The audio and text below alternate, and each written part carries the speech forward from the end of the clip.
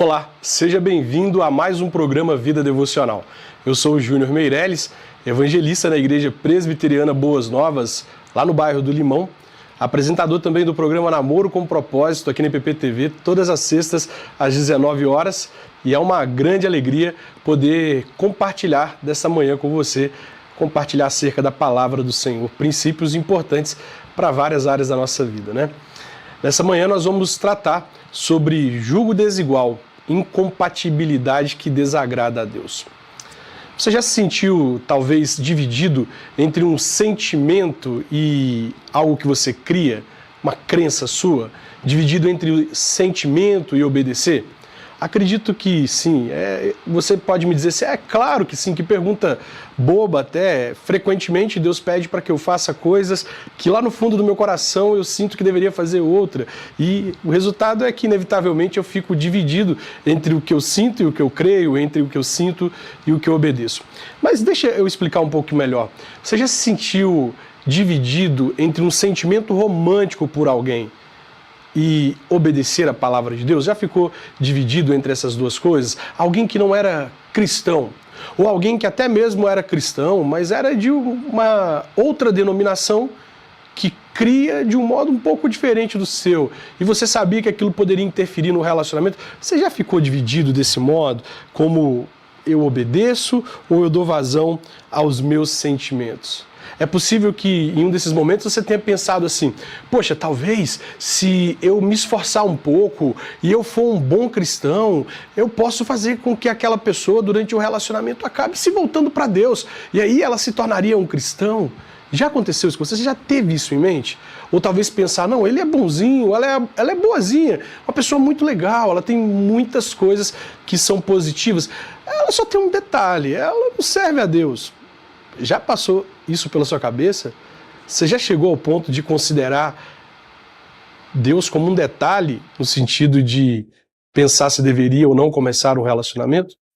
Bom, se você em algum momento esteve dividido entre obedecer e o que você sentia, se você já passou por esse dilema de estar gostando de uma pessoa que não era da mesma crença que você, que era um incrédulo, ou se você conhece alguém que está passando por isso, a reflexão de hoje certamente falará ao coração dessa pessoa. É importante que você se torne um missionário virtual, que você não retenha a palavra só para você. Portanto, pegue o link e compartilhe nos seus grupos de WhatsApp, compartilhe nas suas redes sociais, para que nós possamos alcançar mais pessoas com um princípio importante da cultura do reino de Deus para relacionamentos, que é o princípio do julgo igual, ter a mesma crença, os mesmos valores, os mesmos princípios, os mesmos propósitos e ter Deus como a mesma prioridade. Nós vamos ler o texto de 2 Coríntios, capítulo 6, verso 14, que diz: não se ponham em julgo desigual com os descrentes,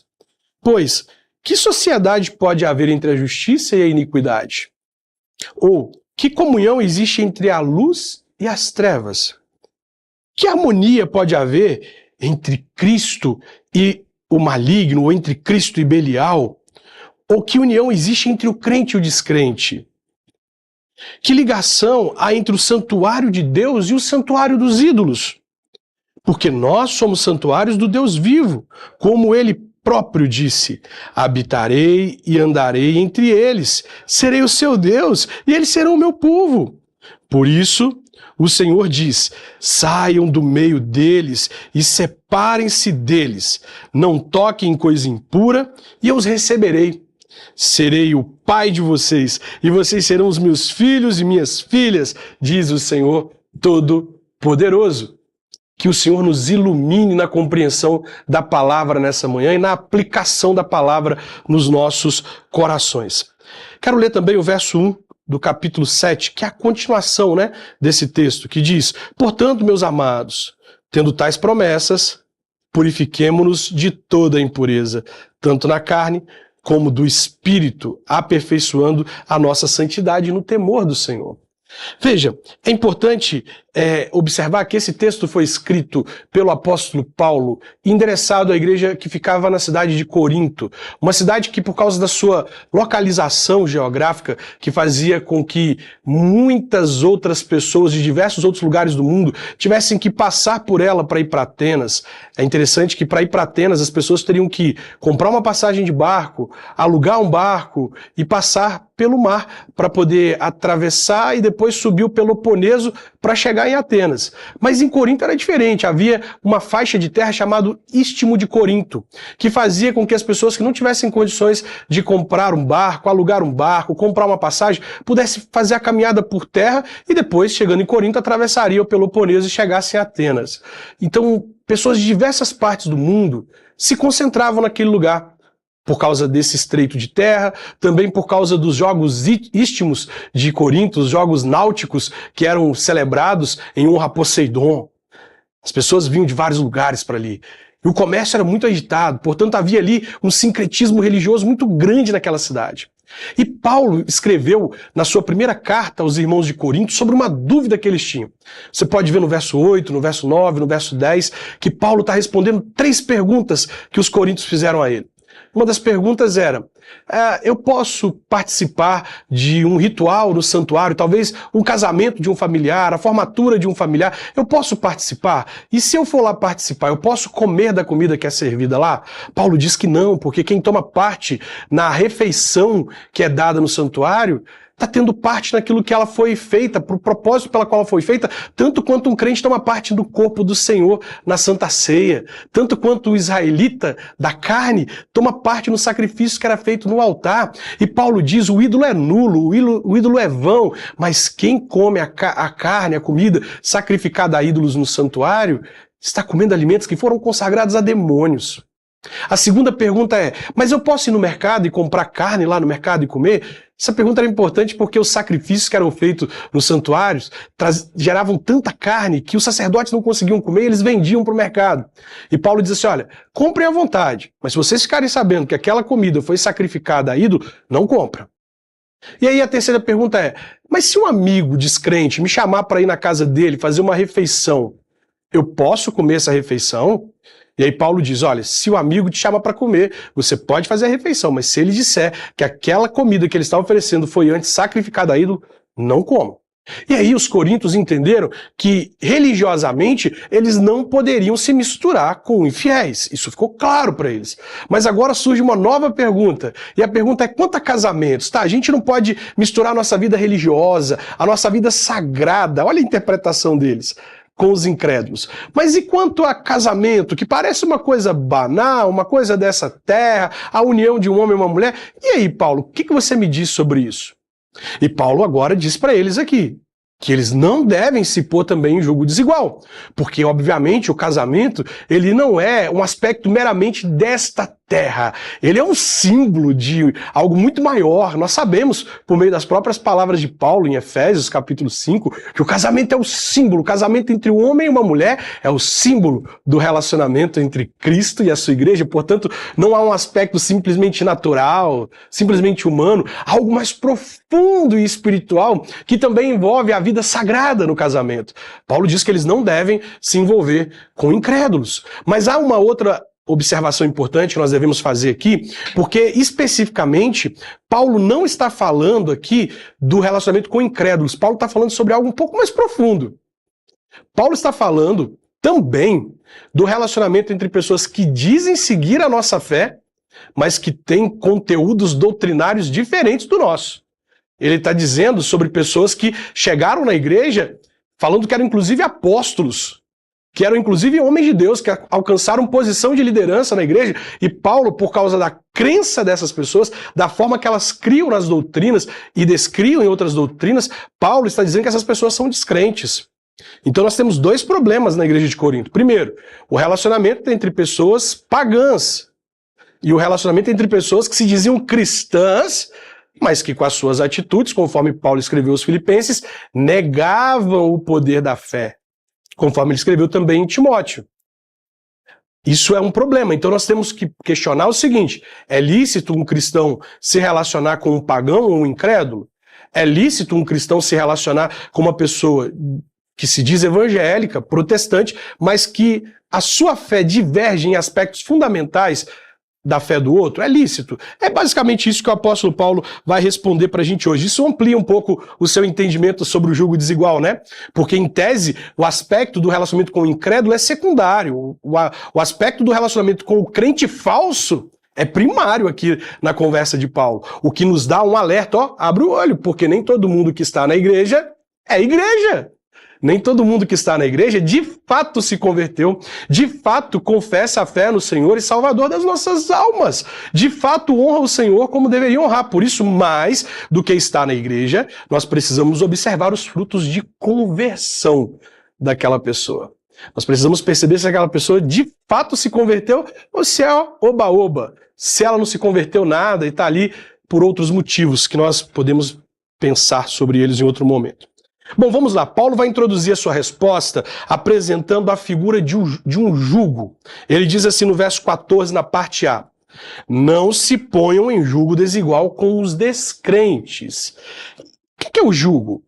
O que é o jugo? Olha, de forma material, né, para que você entenda o que ele é, o jugo era uma espécie de aquilo que nós brasileiros chamamos de canga, que é colocada em cima de dois animais para que eles possam fazer o trabalho de arar a terra, de puxar uma carroça com mais facilidade, mais agilidade, mais força, né? Então, um animal sozinho, puxando uma carroça, às vezes era sacrificante demais para ele. Então colocavam dois animais e sobre esses dois animais colocavam um jugo para que os dois puxassem aquela carroça, aquele instrumento de arar a terra, de modo que eles pudessem seguir a mesma direção e puxar com mais velocidade e também, portanto, com mais eficiência eles poderiam arar a terra, fazendo juntos o que um sozinho teria um pouco de dificuldade, né? Então a função do jugo era garantir que eles tivessem a mesma direção, que eles compartilhassem o peso entre si, que eles seguissem o mesmo ritmo. Agora, para que o jugo fosse eficiente, eram necessárias algumas coisas. Por exemplo, era necessário que os animais fossem da mesma espécie. Era necessário que os animais tivessem a mesma força. E era necessário que eles tivessem a mesma altura, o mesmo porte. Até porque, se essas condições não fossem respeitadas, sabe o que aconteceria? O animal mais fraco se cansaria mais rápido e o jugo pesaria sobre ele. Imagina que o jugo teria que ser retinho, mas porque ele se cansou, o jugo pesaria sobre ele. Isso cansaria ele mais, poderia levá-lo até a morte. E se o animal fosse mais baixo, o jugo que deveria ficar assim, também pesaria sobre ele. E se o animal fosse de espécie diferente? Vamos pensar, um boi e um jumento. O que aconteceria? Bom, você sabe que o boi é mais obediente, é mais manso. Já o jumento, desobediente, já tem comportamento diferente, arredio, às vezes ágil, às vezes quer correr demais. O que aconteceria? Os dois seriam sacrificados por isso. Por quê? Porque o jumento correria mais, se esforçaria mais, mas ao mesmo tempo levaria mais peso sobre ele. Então, ao mesmo tempo que ele correria mais, se esforçaria mais e faria com que o boi tivesse que se esforçar também, ele se cansaria mais rápido e o peso seria sobre ele. Agora, preste atenção. Se o jugo era colocado sobre dois animais para que eles pudessem seguir na mesma direção, quando um animal era de espécie diferente, força diferente, tamanho diferente, acontecia que o jugo inclinava sobre um deles. E esse jugo inclinado, funcionava como um volante. Aqui eles andavam reto. Com essa inclinação, eles faziam um movimento circular. Você consegue entender o que isso quer dizer? Quer dizer que eles deveriam seguir em frente, ser eficientes no trabalho, mas por causa do jugo desigual, eles andavam em círculos. Ou seja, era um relacionamento cansativo, penoso, infrutífero, capaz inclusive de levar o animal à morte. Consegue compreender isso? Consegue entender que o jugo entre os animais, ele tinha, inclusive, a consequência de poder levar o animal à morte ou fazer com que a função que eles exercessem fosse infrutífera porque eles ficavam andando em círculo? Quem entra em jugo desigual não sai do lugar. Não sai do lugar. Agora, é muito importante você compreender isso para nós, seres humanos. E Paulo vai explicar o seu simbolismo de usar o jugo colocado entre dois animais para exemplificar o relacionamento entre duas pessoas. Ele vai explicar isso, ele vai aplicar isso de forma muito clara no verso 14, na parte B, até o verso 16, parte A, quando ele diz assim: pois que sociedade pode haver entre a justiça e a iniquidade? Ou que comunhão existe entre a luz e as trevas? Que harmonia pode haver entre Cristo e Belial? Ou que união existe entre o crente e o descrente? Que ligação há entre o santuário de Deus e o santuário dos ídolos?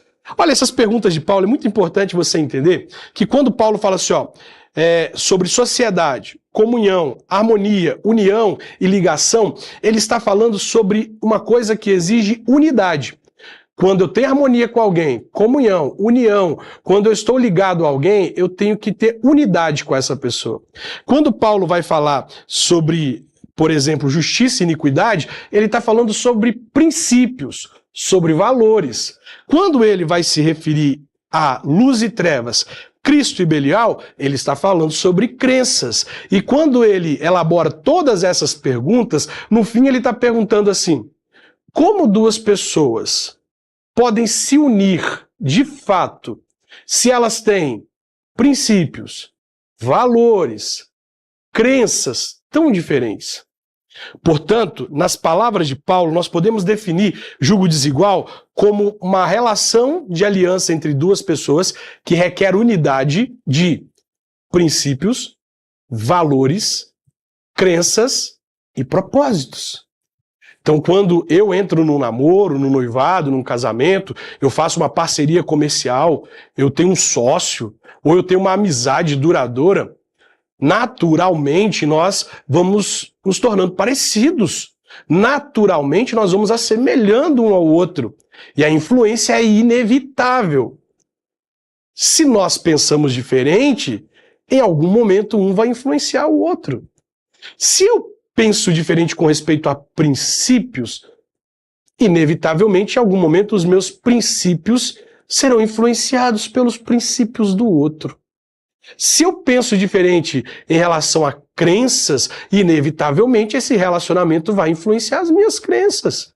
Se eu penso diferente em relação a Deus, esse relacionamento vai influenciar também a minha crença em Deus. Então esse princípio se aplica a várias áreas. Nós poderíamos dizer que ele se aplica ao culto com pessoas de outra fé, aquela prática do ecumenismo, que é completamente contrário aos princípios bíblicos. Se aplica também ao namoro, ao noivado, ao casamento, às sociedades, a você ser sócio de alguém, a parcerias e a amizades muito íntimas que exigem que você pense minimamente parecido ou que você acabe tendo influência da outra pessoa.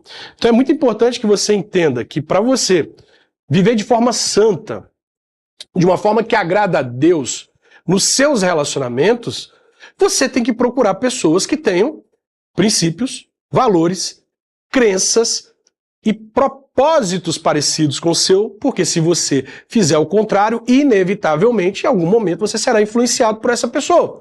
Claro que você vai influenciar também.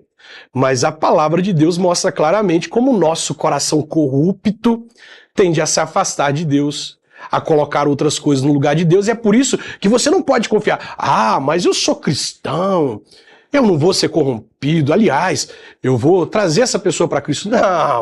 Não, a palavra de Deus diz em Jeremias 17:9 que o nosso coração é enganoso, ele é corrupto, ele está doente, e ele se atrai por coisas que não agradam a Deus, e ele se inclina a princípios, ele se inclina a valores que não condizem com aquilo que Deus espera de nós, de modo que às vezes atraído, apaixonado, seduzido, a gente cede a algumas pressões, entende? Por causa do coração, por causa dessa tendência dele de se afastar de Deus. Aí a gente acaba cedendo a sexo antes do casamento, aos toques, a coisas que antes pra gente eram, não farei isso, mas por causa do coração enganoso e por causa de achar que nós conseguiríamos convencer o outro, e até conseguimos convencer um pouquinho, o coração enganoso vai nos levando a ser mais influenciado do que influenciar, tá? Não ignore isso, tá bom? Bom, nós poderíamos falar sobre o julgo desigual em diversas áreas, mas daqui por diante vamos falar do julgo desigual apenas nos relacionamentos de namoro, noivado e casamento. Combinado? Vamos abordar a partir desse ponto isso. Olha, Paulo agora vai apresentar o fundamento pelo qual o julgo desigual é proibido. Onde que está fundamentado, Paulo? De onde você tirou esse negócio de que eu não posso me relacionar com uma pessoa que é de outra fé, que até diz que é cristã, mas tem princípios diferentes, e como incrédulo. De onde você tirou isso, Paulo? Paulo vai nos dizer isso no verso 16, parte B, e no verso 17, quando ele diz: porque nós somos santuários do Deus vivo, como ele próprio disse, habitarei e andarei entre eles. Serei o seu Deus, e eles serão, preste atenção, o meu povo. Por isso, o Senhor diz: saiam do meio deles, separem-se deles, não toquem em coisa impura e eu os receberei. Paulo aqui, nesses 2 versículos, ele está listando vários versículos do Antigo Testamento, citando literalmente vários autores do Antigo Testamento. Mas basicamente nós podemos olhar para essa expressão, serão o meu povo, para entender o princípio no qual Paulo está baseando o seu ensino sobre o jugo igual e sobre não assumir relacionamentos em jugo desigual. Ele está baseando isso no princípio da separação do povo de Deus das outras nações. Como você sabe, isso aconteceu em Abraão. Deus dá uma ordem clara para Abraão lá em Gênesis 12, verso 1 e 2, quando Abraão ele está lá no meio de seus parentes, em Ur dos Caldeus, na Babilônia, e os seus parentes eram idólatras, seu pai era idólatra, Abraão era idólatra, a família dele basicamente era idólatra, ele vivia numa cultura idólatra, e Deus diz para ele assim: olha, Abraão, sai da sua terra, da tua parentela, da casa de teus pais, onde está a idolatria, e vai para uma terra que eu te mostrarei. Eu farei de ti lá uma grande nação. Que nação é essa? Um povo exclusivo, separado, meu, que pertence somente a mim, que vive com os meus princípios. Então Deus, ele desejava um povo separado para si, ele chama Abraão para sair da sua terra e ir para uma terra onde ele começaria esse povo, que seria um povo exclusivo, santo, separado para Deus. Essa aliança de Deus com Abraão, ela foi o início desse povo que era separado para Deus, que não vivia conforme os costumes das outras nações. E Abraão, ele já tinha um princípio de buscar pessoas para o seu filho, por exemplo, Isaac, se relacionar, que tivesse princípios mais parecidos com os seus. Por isso que ele vai lá na sua terra. Eles não eram cristãos, mas eram as pessoas que tinham princípios mais parecidos com a família do patriarca. Buscar uma esposa, Rebeca, para Isaac. E depois os filhos de Isaac, pelo menos Jacó, vai também ao mesmo lugar buscar uma esposa para si. Já havia esse princípio de buscar alguém que tivesse princípios, valores, crenças e propósitos mais parecidos com o nosso. Mas a Bíblia deixa muito claro o princípio do jugo igual nos relacionamentos amorosos, por exemplo, na expressão de Deus em Êxodo, capítulo 34, verso 15, onde é dito assim: não façam aliança com os moradores da terra, para não acontecer, lá de Canaã, tá? Para não acontecer que em se prostituindo eles com deuses e lhes sacrificando, alguém os convide e vocês comam dos seus sacrifícios. Também para não aconteça que vocês escolham para os seus filhos mulheres do meio das filhas deles, e estas, ao se prostituírem com seus deuses que adoram, também façam com que os seus filhos adorem esses deuses. Então aqui é proibido o relacionamento amoroso entre um crente e um descrente. Aqui já está muito claro. Mas também nós vemos essa proibição em Deuteronômio 7, que Deus repete, dizendo que eles não deveriam fazer aliança com pessoas de outros povos. Então o casamento com pessoas de outros povos foi proibido por Deus no Antigo Testamento, e Paulo está fundamentando a sua doutrina nisso. Agora preste atenção numa coisa. Paulo vai tratar sobre a recompensa daqueles que decidem não assumir um jugo desigual, daqueles que decidem ser fiel a Deus e aguardar no tempo certo uma pessoa que seja de Deus, que tenha princípios, valores e propósitos parecidos com ele. Veja o que Paulo diz no verso 18. Ele diz assim: serei o pai de vocês, e vocês serão meus filhos e minhas filhas, diz o Senhor Todo-Poderoso. Que recompensa linda, né? Nós vamos falar rapidamente sobre ela já, mas preste atenção. Se existe uma recompensa, é porque de outro lado existe uma consequência. Veja as consequências que estão estampadas por toda a Bíblia do que aconteceu com pessoas que assumiram um relacionamento em jugo desigual.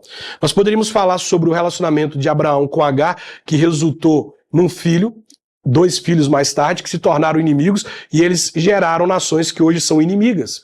Nós poderíamos falar sobre o relacionamento de Esaú com as mulheres hititas, que, conforme a Bíblia diz, foram amarguras de espírito para Isaac e Rebeca.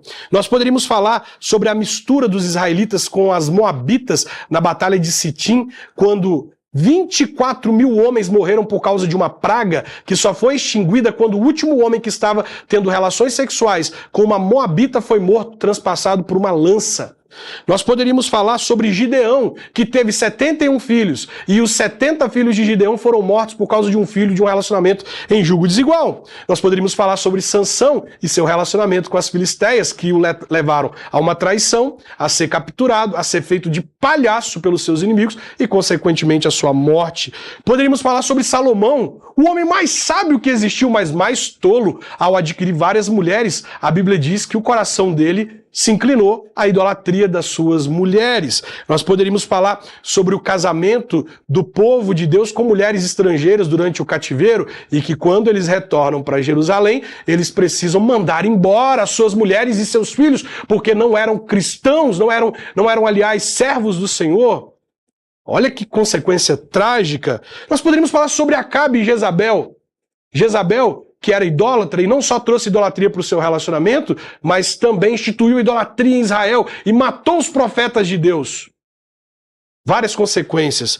E para a vida de modo geral hoje em dia, como a gente pode pensar nas consequências? Bom, existem conflitos de prioridades espirituais. O crente quer ir para a igreja, o descrente não quer. O crente quer ir para a sua igreja, o descrente, ou o que tem uma fé diferente, quer ir para outra. A incompatibilidade nos valores e decisões éticas. Vamos comprar cerveja? Não vamos comprar cerveja. Vamos ir num barzinho? Não vamos num barzinho. Vamos à igreja? Não, não vamos à igreja. Você percebe que é incompatível, de certo modo? A falta de unidade na criação dos filhos. Meu filho não pode fazer isso. Isso é bobagem. Isso aí, deixa fazer, tá todo mundo fazendo. Nós poderíamos falar sobre o isolamento espiritual. Afinal, o crente se sente sozinho no relacionamento com o descrente porque ele não ora, ele não lê a Bíblia junto. Nós poderíamos falar sobre a pressão para ceder a coisas imorais, coisas que nós sabemos que não é correto um cristão praticar, mas que o descrente não tá nem aí. Poderíamos falar da impossibilidade de cumprir plenamente o propósito do casamento. Poderíamos falar sobre o sofrimento emocional que essas pessoas lidam. Converse com aquela senhorinha lá da sua igreja, que vai sozinha lá, ou com aquele senhorzinho que vai sozinho, você sabe que é casado, e converse sobre as emoções dela ao longo de todo esse tempo, como ela tem sofrido ao lado de uma pessoa que não é casada.